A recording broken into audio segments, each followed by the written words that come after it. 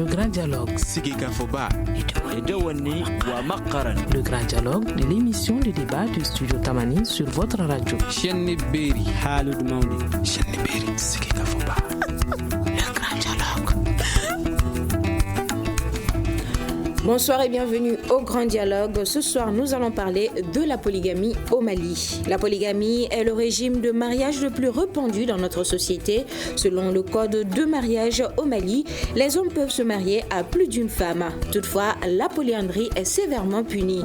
Cependant, on constate généralement que les femmes ne partagent pas toute l'idée de la polygamie. Nos invités pour débattre de ce sujet, Bremali Diko, sociologue, Jakaria Traoré de Clinique Demesso, c'est bien ça?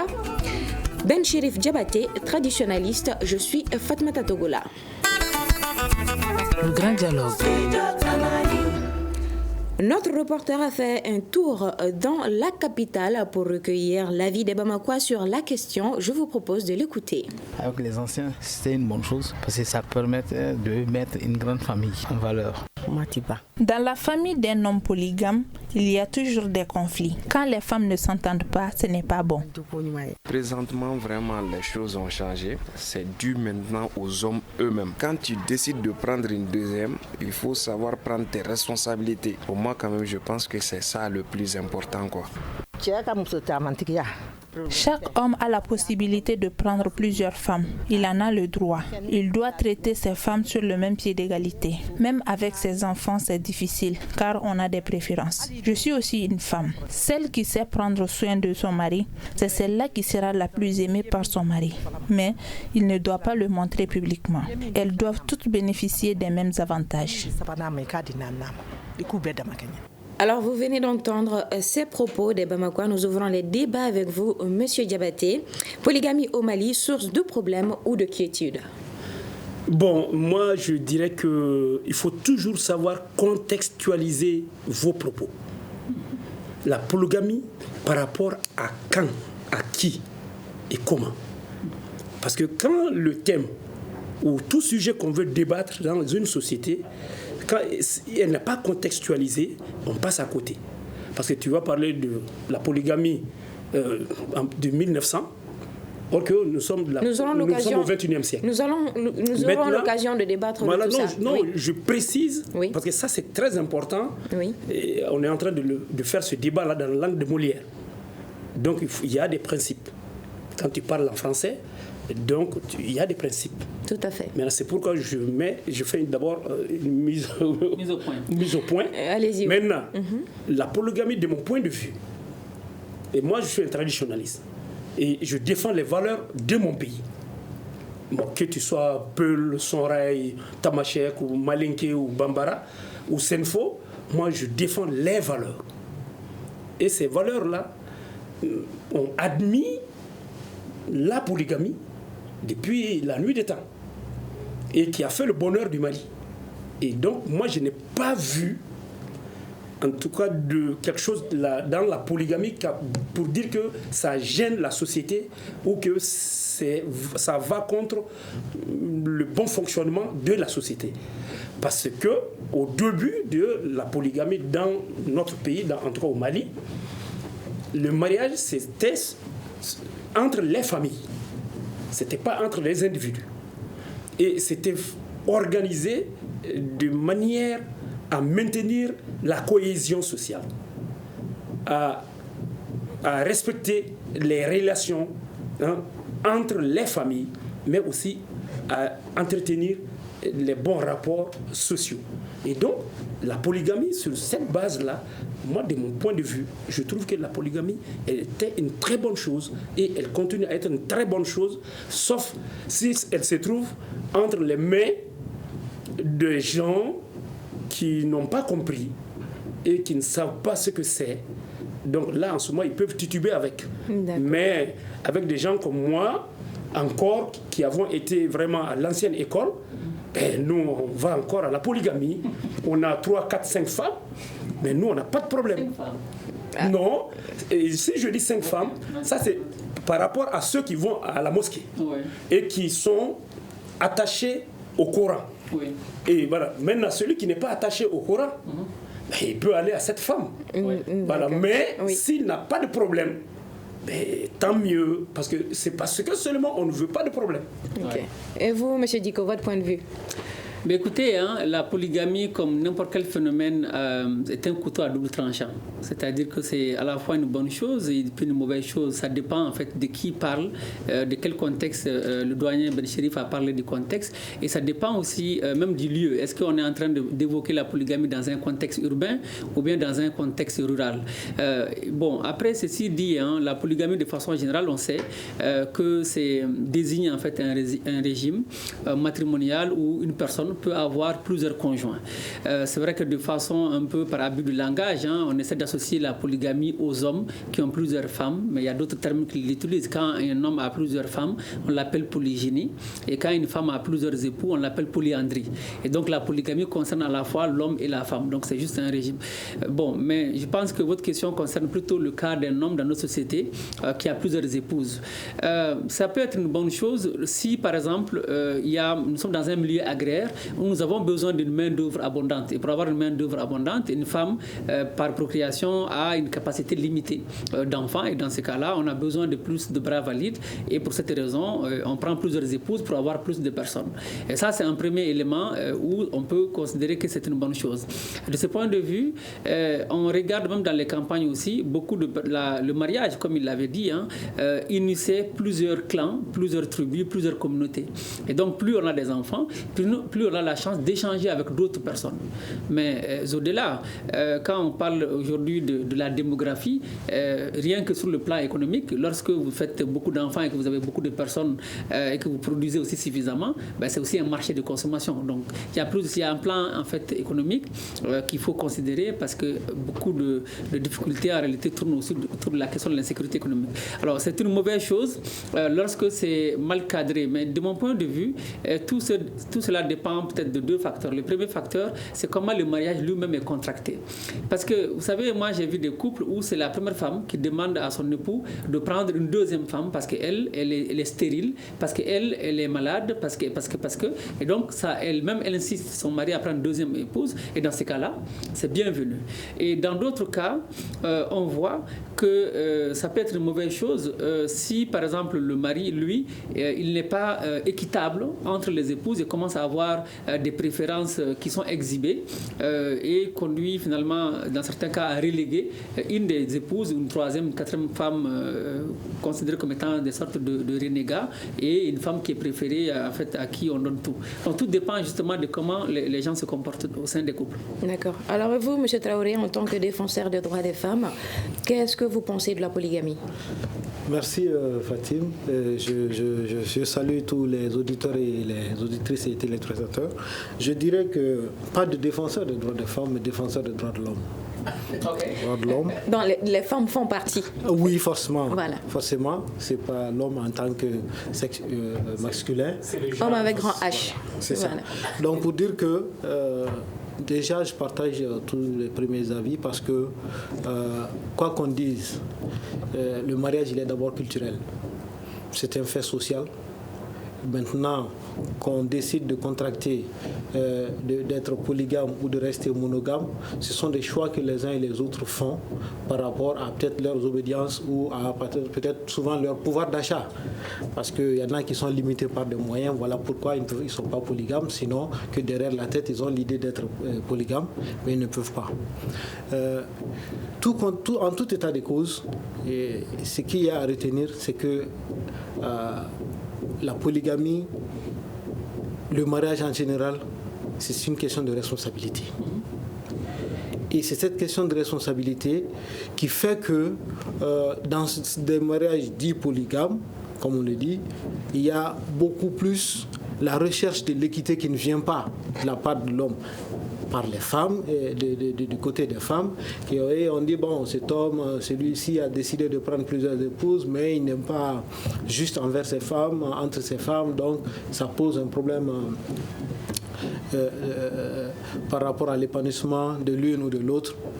Mais il ne faut jamais oublier qu'il est d'abord culturel. Et ce sont des ressorts de nos valeurs qui aujourd'hui sont mis en avant. Peut-être il a parlé des conditions dans lesquelles le mariage est contracté.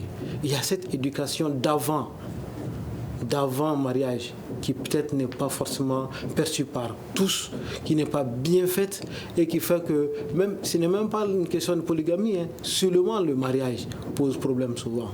Nous sommes dans les cliniques juridiques, nous recevons des dames, ce ne sont pas forcément des femmes issues de couples polygames qui viennent nous voir pour des problèmes de divorce ou des problèmes de médiation. C'est souvent des couples monogames où les gens ont du mal à partir parce que après quelque temps, ce sont des antagonismes qui naissent dans le mariage au lieu qu'il y ait une complémentarité. Le couple n'est plus complémentaire, mais il y a des antagonismes entre l'homme et la femme. Et ce qui pose le problème, comme je l'ai dit plus tôt, de la préparation au mariage. Donc, ce n'est pas du côté des femmes seulement, parce que les femmes sont beaucoup plus, on les prépare à ça, mais nous, on ne prépare pas assez les hommes. Juste pour compléter ces points-là, oui, allez-y. Si vous permettez, en fait, il y a la question de l'évira. Vous savez que souvent, un frère décède, il laisse une épouse avec 3, 4, 5 enfants, et dans ce cas-là, son frère se remarie avec l'épouse donc du défunt, et automatiquement il devient un polygame, alors qu'à la base il n'était même pas préparé pour ça. Mais l'avantage, je parle sous le contrôle du doyen, c'est que ça permet au moins de garder une certaine éducation pour les enfants au sein de la famille. Donc quand on y réfléchit, on peut toujours trouver en fait, en tout cas des bons facteurs. Oui, comme vous l'avez dit, si M. Diabaté peut mieux nous édifier sur ça. Il le dit oui. Exactement. Tu sais, nous avons des choses importantes et très charmantes dans notre société. Comme il a dit, le lévira, là, dont le professeur Diko vient d'en parler, il relève d'abord de l'unité familiale, mais du sentiment d'appartenance du même sang. C'est ça. Mon frère, même père, même mère qui est décédé, tu as vu, il a laissé sa femme et ses enfants, et c'est une femme aussi. Ça va, elle est docile, ça va, elle respecte bien les règles du mariage, elle n'a rien fait. C'est la mort qui l'a séparée de mon frère. Bon, au lieu de la laisser avec ses enfants dans la rue, mais moi je la prends. Juste si c'est pour la marier et puis qu'elle reste, il y a l'harmonie de la famille qui reste. Parce que il n'y a pas de problème entre elle et moi, et il n'y a pas de problème entre elle et mon épouse également. Donc ce sentiment de pitié, ce sentiment d'amour familial, ce sentiment de vivre ensemble, ça c'est quand même, c'est charmant, tout le monde veut ça. Mais est-ce le cas actuellement ? C'est pourquoi je t'ai dit dès le départ, il faut contextualiser. C'est-à-dire actuellement, le monde a évolué. Nous avons une ouverture, on n'avait pas de téléphone fixe, tout Bamako là. Moi qui vous parle, il y a peut-être 30 ans en arrière, seulement dans les années 70, 69 déjà, il n'y avait qu'un seul téléphone. Et c'était la poste, la grande poste de Bamako là. Quand toi on t'appelait là, c'est-à-dire le facteur, on l'appelle le facteur, monsieur, il partait te chercher, c'était pas grand, on n'avait pas tous ces quartiers, on partait t'appeler pour dire, bon demain là, il y a Fatim qui va t'appeler, viens répondre. Donc tu as vu aujourd'hui, chacun a un téléphone dans la poche. Donc c'est pourquoi il faut contextualiser vos débats. Ça va être très clair. Et là, si c'est la polygamie maintenant, aujourd'hui, au XXIe siècle, en 2019, là, ça c'est avec les Fatim, les bijoux, tu as vu, les papous. Oui, ce débat-là est une occasion aussi de parler de l'ancienne école et de la nouvelle école. Je veux te dire, ça c'est des noms que nous on ne connaît pas d'abord. Dans le répertoire des noms de famille là, et les prénoms, là, ça c'est des bijoux, papous, tout, nous on ne connaît pas ça. Ensuite, vous avez actuellement la jeune génération est laissée à elle-même et on fait ce qu'on veut. Ah non, il faut respecter mon choix. Ah non, papa, moi j'ai dit, c'est vous, votre génération, vous dites non à papa, vous dites non à maman. Vous êtes prêts à assumer vos responsabilités depuis à 13, 14 ans. Vous commencez à flirter, à draguer, et puis à ne pas respecter les... Mais est-ce la faute à la nouvelle génération seulement ? Bon, je ne sais pas, je n'accuse pas la nouvelle génération. Mais je contextualise. Bien sûr. Avant, en tout cas à l'indépendance déjà, en 60 déjà, il y avait à genoux, il y avait des punitions qui venaient renforcer l'éducation de l'enfant. Et dans la rue, et à la maison, mais et à l'école. Donc l'éducation était renforcée. C'était pour préparer l'enfant à affronter justement la vie. Donc, ça, c'est toutes les sociétés, que ce soit les Sonrai, les Peu, les Senfo, les Bamba, c'était comme ça. Et là, c'est pourquoi on est fiers du Mali et du Malien à l'époque. Maintenant, quand on a un peu baissé les bras, parce que ces punitions-là, ces préparations-là qu'on faisait à l'homme, à la fille et au garçon, on a estimé, on a amené dans la langue de Molière, vous avez dit que non, c'est des violations des droits des enfants. Bon, or qu'il y a une autre manière, dans la même langue de Molière, il y a méchant et il y a sévère, qui n'ont pas le même sens dans le dictionnaire. Mais pour revenir à la polygamie de maintenant et d'avant. Il y a des facteurs qui poussent à ça. Avant la polygamie, elle était très bien perçue dans la société. Avant la polygamie, comme le professeur Diko l'a tantôt décrit, il y a des facteurs qui obligent l'homme. Il y a des facteurs qui font que la femme, ta première femme même, propose à son époux de marier Moi j'ai vu ça de mes yeux, une femme, et c'est elle qui a payé la dot, mais c'est elle qui a choisi aussi la femme qu'elle a mariée pour son mari. Donc comment tu peux expliquer ça? Mais aussi on en a vu qui ont versé de l'eau chaude sur leur... Voilà. Donc tu as vu, quand tu veux parler des sujets de ce genre, il y a des aspects là-dedans qui sont très beaux, qui sont charmants, c'est ce que j'ai dit au début. Mais il y a des aspects aussi qui donnent à réfléchir. Donc tout ça là dépend de l'éducation de l'homme ou de la femme. Quand tu as une femme élevée dans un milieu vraiment harmonieux, ça va. Et puis donc cet enfant-là va être un peu équilibré, qu'il soit garçon ou fille. Mais quand c'est dans un autre milieu où c'est clopin, on sait, bon, donc papa, maman, là, dans cet enfant-là également, parce que le résultat du milieu, c'est l'enfant, on va voir que ça va être un enfant un tout petit peu pas bien équilibré. Bon, donc, et c'est ce que nous voyons actuellement dans votre temps là. Tu vis seul avec ton mari, et puis il vient et te tue. On a vu des époux, ils sont seuls, il n'a pas deux femmes. Il a pris sa femme dans la voiture, il est allé la tuer avec un pistolet. On a vu un monsieur qui a trouvé sa femme dans le bureau, il l'a tuée. Et il n'a pas d'autres femmes. Mais comment est-ce que vous expliquez? Donc ça aussi, c'est la polygamie qui a fait ça? Ils ne sont pas polygames pourtant. Donc il y a des facteurs, il faut savoir analyser. Tout a une explication. C'est-à-dire, le phénomène, il est environnemental. Maintenant, et c'est à partir de l'évolution. Maintenant, nous avons des périodes où c'était beau, et puis mais aujourd'hui, nous assistons. Aujourd'hui, moi je connais des jeunes qui, un très jeune, parce qu'il est de 72, ça c'est, mais il est marié à 3 femmes et il est en paix et c'est un ouvrier et il n'a pas de problème. Moi je le connais. En tant que... Parce que c'est des familles que je fréquente pour connaître, parce que moi je fais de la recherche sur les comportements de la société, l'évolution de la société, mais il y a encore des jeunes qui sont en train d'aller à la polygamie et ils n'ont pas de problème. D'accord. Alors oui, Monsieur Traoré, Monsieur Diabaté vient de nous parler de l'évolution de la société. Est-ce que vous avez eu à faire face à de telles situations où l'ancienne, avant et maintenant, ces genres de cas ont posé problème? Oui, les questions d'adaptation. L'adaptation, vous savez, dans un couple, c'est beaucoup plus l'apprentissage à vivre ensemble qui pose problème souvent. Les gens, ils viennent dans le couple, souvent ce n'est pas... C'est avec chacun ses idées derrière la tête et tout ça, mais il arrive que dans le couple, c'est une nouvelle réalité qui apparaît, et en ce moment, cette apparence qu'on avait dehors et cette réalité qu'on a à l'intérieur commence à poser problème. Nous recevons beaucoup de femmes qui viennent dans nos cliniques par rapport à ces problèmes, parce qu'il m'a dit ça, il m'a promis ci, il m'a promis ça, et maintenant que je viens, je ne vois rien.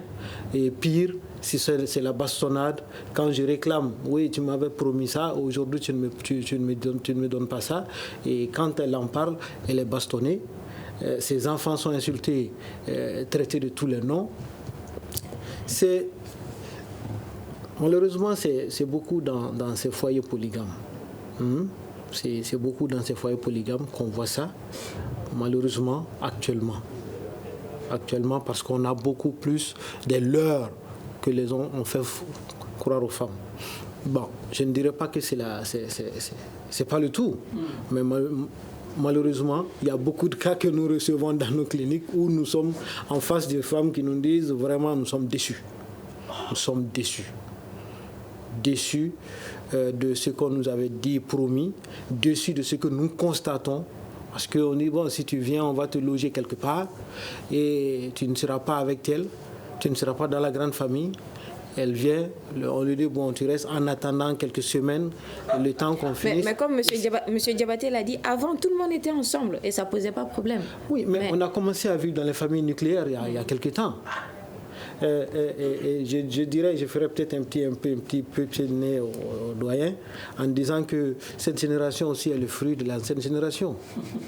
Nous avons reçu l'éducation que nous avons reçue, même si nous sommes un peu départis avec les technologies, nous restons quand même aussi le fruit de ces anciens qui, avec l'évolution des activités économiques, ne sont presque toujours pas là, qui nous ont aussi laissés à la société. Donc ça fait que il y a de ces choses que nous ramassons dans la rue. Si les parents avaient tous été à la hauteur aussi, certaines personnes, certains jeunes aujourd'hui ne seraient pas là où ils en sont aujourd'hui. Vraiment pour un peu dire ça. Oui, monsieur Diko, allez-y. Vous savez, j'ai là un grand rôle parce qu'il s'agit de trouver le compromis. Simplement, ce que je voudrais dire, c'est que tout cela est relatif. Vous savez, ça dépend, c'est une question de moyens, c'est une question de communication, c'est une question de droit. Il y a dans nos sociétés le fait que la plupart des premiers mariages sont des mariages arrangés et d'autres sont des mariages obligés. C'est-à-dire que le consentement du garçon et de la fille, c'est un consentement qui n'est pas toujours demandé. Et la société, donc, sachant cela, vous autorise à prendre une deuxième, une troisième, une quatrième, voire une cinquième, ça dépend de vos obédiences, et bien, le shérif le disait, selon qu'on soit musulman ou traditionnaliste pur et simple. Et donc, cela a incité certaines personnes à promettre des choses à une épouse qui n'est pas celle qui a été pour la première fois, en tout cas, mariée, donc qui vient finalement en second lieu. Et dans ce cas-là, bonne chose, en tout cas pour la seconde, qui était la copine du mari avant le mariage. Mais peut-être mauvaise chose pour la première femme qui s'est retrouvée accompagnée, alors qu'elle aussi a été obligée d'une certaine manière à se marier, ou en tout cas dont le mariage a été arrangé. Donc ça, c'est un premier aspect. Mais au-delà, nous sommes dans un contexte urbain. Quand vous prenez le cas des commerçants, les commerçants ont besoin d'une maximum, en tout cas d'un certain nombre de personnes pour pouvoir commercer. Plus tu as des personnes en famille, plus tu as des petits revendeurs. Et dans ces cas-là, la polygamie, pour le cas des Soninké, dans beaucoup de cas, ça marche très bien. Mais après, ceci dit, quand on est un fonctionnaire et qu'on n'a pas un revenu conséquent et qu'il faut vivre en ville, la ville ayant ses contraintes de payer le loyer, de s'occuper de l'éducation des enfants, des crèches, des choses comme ça, des dépenses qui se multiplient. On a parlé, Ben Chérif l'a dit, la téléphonie aujourd'hui s'est développée. Donc il y a des biens de la modernité au-delà de la téléphonie, donc des biens de consommation qui sont très aimés par tout le monde. Et tout cela augmente les dépenses du foyer. Et nous sommes dans une société où très peu de femmes, en tout cas, sont salariées. C'est-à-dire que beaucoup se débrouillent dans le commerce informel, mais l'informel ne nourrit pas toujours. Et dans ces cas-là, nous sommes dans une société patriarcale où c'est l'homme qui est considéré comme étant le chef de famille. Et donc, en tant que chef de famille, il a la responsabilité de s'occuper des charges de la famille, c'est-à-dire le loyer, la restauration, le truc des enfants. C'est vrai, beaucoup de femmes contribuent, il y a même des femmes chefs de ménage maintenant, etc. Mais ça, c'est des évolutions récentes qu'on ne peut pas généraliser pour l'instant. Donc, quand on met ça bout à bout, on se rend compte qu'il y a différents facteurs qui expliquent. Maintenant, au sein du couple, il arrive qu'un homme soit polygame, qu'il ait très peu de moyens, mais qu'une des femmes soit une femme qui a suffisamment de moyens et qui prend en charge les dépenses de la famille. Ça aussi, on connaît. Donc tout ça dépend de comment l'homme va se situer entre les femmes et de quelles responsabilités il va prendre. Monsieur Bengali, non, parlait du cas, Monsieur Traoré, pardon. Monsieur Traoré parlait du cas des promesses non tenues, effectivement. Et ça rejoint ce que Monsieur Diabaté disait en termes de comment le mariage est contracté. Parce qu'en réalité, quand c'est l'amour, by Viber, by Facebook, by WhatsApp, et donc on se voit, on saupoudre la vérité, et on finit par, sans même se connaître, à aller devant Monsieur le maire, dimanche, le lendemain, on va voir dire bonjour Monsieur le juge. Parce qu'avant, les gens se prenaient le temps de se connaître. On ne se mariait pas avec n'importe quelle fille ni avec n'importe quel garçon. On disait oui, mais c'était un oui qui était bien réfléchi, où les Diabaté et autres avaient fait suffisamment de démarches, où on avait fait beaucoup d'enquêtes, et donc les choses étaient suffisamment ficelées. Mais à partir du moment où on n'arrive pas en fait, à trouver le juste équilibre entre la modernité et ce que nous avons hérité comme valeur, nous devenons des chauves-souris. Mais donc, dans ce cas, où se situe la responsabilité? Non, en fait, pour moi, la responsabilité est toujours partagée. À partir du moment où vous refusez, le couple, la jeune fille et le jeune garçon refusent l'assentiment de leurs parents et donc se décident eux-mêmes, nous avons le droit, j'ai 18 ans, je suis majeur, j'ai le droit de faire ceci, de faire cela. Quand vous dites que vous avez le droit et que vous êtes engagé contre vase et marée, il faudrait assumer la responsabilité. Donc c'est une question de responsabilité parce que les gens oublient, aimer quelqu'un ne peut pas forcément être la seule garantie pour la réussite du couple. Au-delà de l'amour, il faut bien trouver des moyens pour pouvoir, en fait, au quotidien, survivre. D'accord. Oui, vous voulez... Comme pour dire tout de suite, pour emboîter, l'amour, ça s'entretient. Absolument. Ça s'entretient, ça se nourrit. Oui. Si on ne peut pas mourir, on ne peut pas vivre d'amour et d'eau fraîche. Hein? Il y a tout un tas d'ingrédients qui entrent en ligne de compte, qui font en sorte que le mariage il tient. Mais le principal problème, c'est la communication. Aujourd'hui, le manque de communication. C'est vrai qu'on a tous les moyens à notre niveau, mais les gens communiquent très mal. Communiquent très mal. Et ça pose des problèmes. Vous recevez des gens qui viennent vous dire mon mari ne me fait pas ça, il ne me dit pas ça, il ne me donne pas ça. Mais quand vous appelez le mari pour une médiation, lui, il a ses activités quotidiennes qui l'occupent jusqu'à un tel point où il a besoin aussi, quand il entre à la maison, qu'il soit sollicité pour savoir si des choses peuvent marcher ou ne peuvent pas marcher. Chacun dans son coin, la femme pensant qu'elle est refoulée, le mari pensant que la femme aussi a beaucoup plus d'occupations pour lui, comme on le dit en Bamananga, à Tikacha Alema. Donc chacun dans son coin se barricade. Ouais. Et au bout du compte, c'est un mariage qui va à la dérive, alors que juste quelques échanges auraient pu permettre de comprendre ce qui ne va pas. Et malheureusement, on est dans cette situation. On a les téléphones, on a la télé, on a tout ça, mais on ne communique pas ou on communique très mal. Vous voyez. Oui. Et vraiment, c'est cette question de communication, aujourd'hui, nous la vivons. Ce manque de communication, nous vivons ça dans les cliniques juridiques avec acuité. Beaucoup de couples sont à la dérive, alors que vraiment, juste la communication, si elle passait, on ne serait pas là. Manque de communication. Alors, M. Diabaté. Oui. Oui, qu'est-ce que... Oui, monsieur Traoré nous parle de manque de communication qui est également source de conflit dans ces couples-là. Oui. Malheureusement, Fatih, malheureusement. C'est-à-dire, on dit que... Mais sans communication, mais il n'y a pas d'entente. Sans communication, la vie elle n'est pas bonne. On n'est pas heureux en tout cas.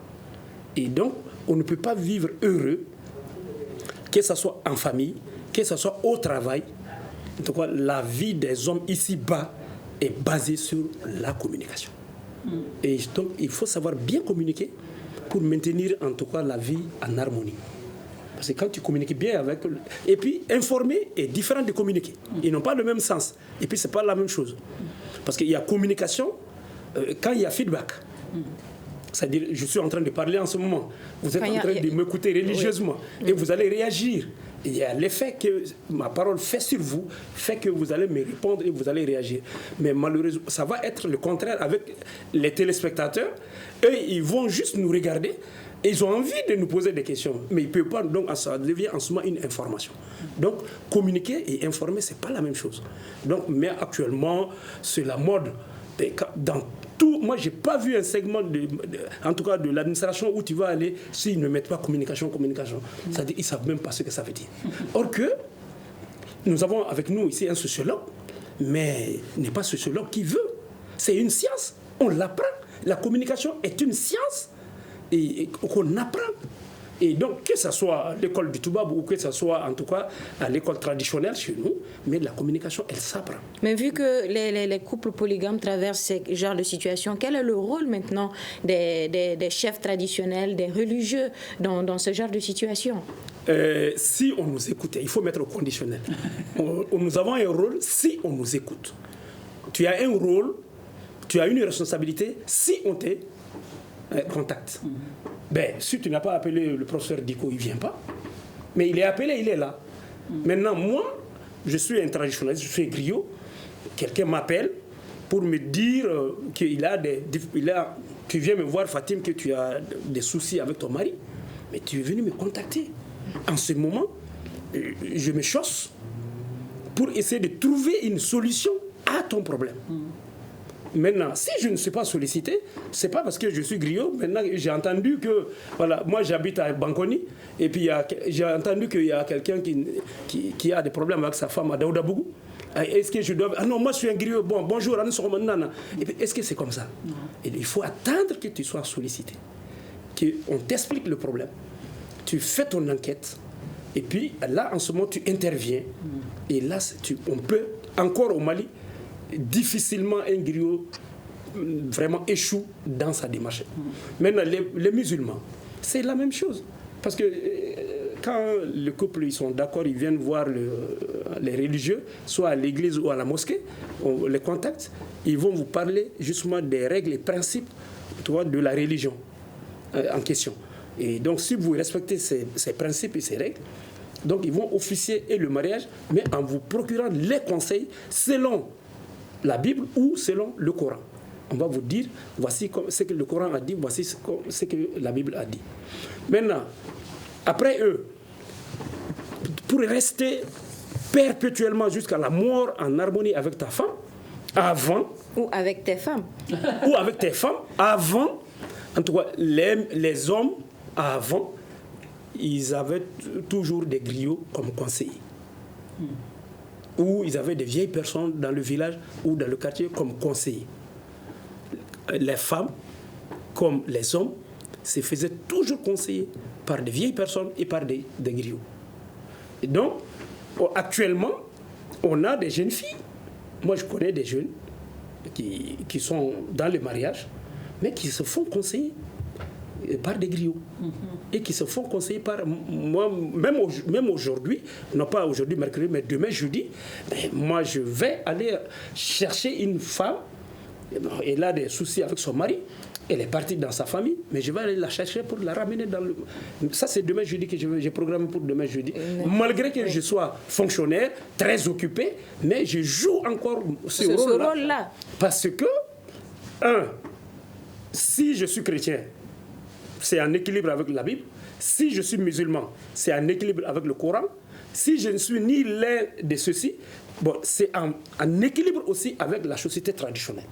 Donc, c'est toujours faire du bien à arranger les mariages. D'accord. Alors, M. Diko, s'il y a beaucoup de couples polygames qui font face à des problèmes, à des difficultés, quels peuvent être l'impact de cette situation-là sur les enfants?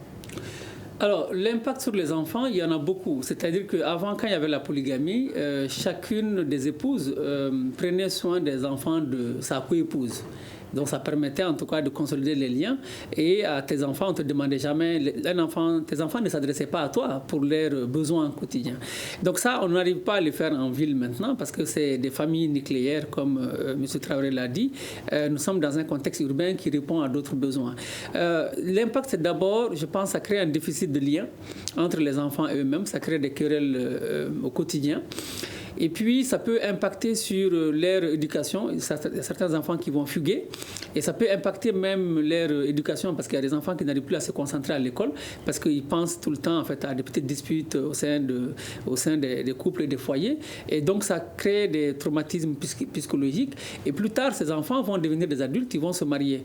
Alors, si le problème était résolu par leur papa, par de la violence, il y a de fortes chances, je parle sous le contrôle de Traoré, que cette violence soit reproduite par les enfants eux-mêmes sur leurs épouses. Ça veut dire que les conséquences sont énormes. Mais au-delà, s'il y a un problème et que le mari a une préférence pour une épouse, il peut aussi prendre soin des enfants de l'épouse préférée et mettre au second plan les enfants de l'autre. Et cela peut impacter sur leur éducation. Ces enfants peuvent être devenus des enfants de la rue, en tout cas peuvent être cooptés par tous les réseaux et peuvent se laisser envahir aujourd'hui par le tramadol qui est un fléau au Mali, qui pousse les jeunes en fait à être dans des situations en tout cas inexplicables. Voilà, donc entre autres quoi. D'accord. Alors, M. Traoré, oui, allez-y. Moi, je parlerai dans ce cadre-là des conséquences, par exemple, d'un divorce. Parce que le sociologue en a parlé beaucoup plus du général. La suite d'un divorce, par exemple, dans un couple polygame, on confie la garde de certains enfants au père qui a une autre épouse. Et en ce moment, c'est souvent le calvaire pour ces enfants confiés à cette dame. Aussi au vu de tout le monde. Le père, parce que celle-là, il a préféré, il ne peut lui refuser quoi que ce soit. Ses enfants viennent, elle les maltraite, il ne peut agir en leur faveur et tous sont, sauf fait de Dieu, sont tous appelés à devenir des délinquants.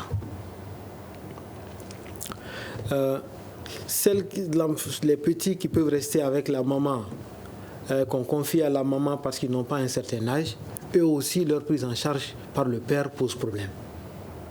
Parce que il doit leur verser une pension alimentaire qui est calculée sur ses avoirs et son revenu, s'il n'est pas assez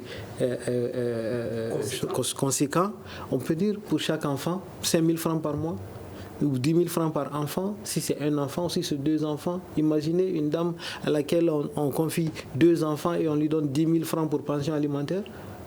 À quoi est-ce que ça peut subvenir? Qu'est-ce qu'elle fait? Comment ces enfants deviendront? Voilà, des conséquences. Donc, ce sont des situations que nous vivons. C'est la loi qui le dit. C'est une application stricte de la loi, mais en même temps, elle a des conséquences fâcheuses pour nos familles. Ce n'est pas seulement que des familles polygames, mais c'est plus compliqué avec les familles polygames quand il y a un divorce, par exemple. D'accord. Alors, nous allons demander à M. Diabaté de mieux nous édifier sur ces conséquences-là, plus précisément dans les couples, des divorces de couples polygames. Bon, ça, c'est des choses aujourd'hui, ça nous fait honte. Ça nous fait honte, nous, quand on voit ça, parce qu'on a toujours su gérer nos problèmes. Parce que, comme je le dis, et comme le sociologue l'a dit, il y a les facteurs. La manière dont le mariage a été d'abord vraiment contacté. Dès le début, comment est-ce que ce mariage-là même a été conçu? Est-ce que c'est fait entre les familles? Et si c'est fait entre les familles, si jamais, on met au compte, si jamais ils n'arrivaient pas à s'entendre et qu'ils doivent se séparer, on va le faire avec la manière douce et qui aura moins d'influence négative sur les enfants et moins d'influence négative même et sur même la femme divorcée. Parce que nous, c'est comme ça. Il faut savoir maintenir l'équilibre social. Donc, on avait prévu des mécanismes de fonctionnement de notre société et qui prenaient en compte la dimension jurisprudence. Mais malheureusement, actuellement, nous avons le droit, et puis voilà, le droit est le pur droit, et on ne parle jamais des devoirs. Donc ça, c'est un problème de communication. Avec les plus hautes autorités, on nous parlera, tu n'entendras, et on n'a créé que des services pour le droit. Mais personne ne te parle le devoir. Et tant qu'on te parle le droit, si on ne te parle pas le devoir, ça c'est une faute grave dans la langue de Molière. Et dans la formation même de nos intellectuels. Parce que si tu dis droit seulement, il y a devoir. Si tu dis devoir seulement, il y a droit. Les deux, tu ne peux pas les séparer. Mais on a en ce moment les services qui sont créés sur le plan législatif et réglementaire, juridique, on a créé des services seulement pour les droits. Oui. Mais tu ne verras jamais où on parle de devoirs. D'accord. Oui, M. Traoré, vous voulez réagir, oui? Oui, juste pour continuer encore avec ce qu'il a dit. Oui. C'est qu'il y a des acteurs dont on ne parle pas dans nos mariages. Quand,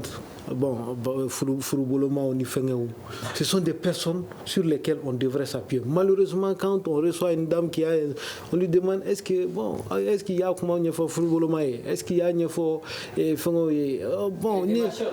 voilà, les démarcheurs. Ah bon, il sera bien.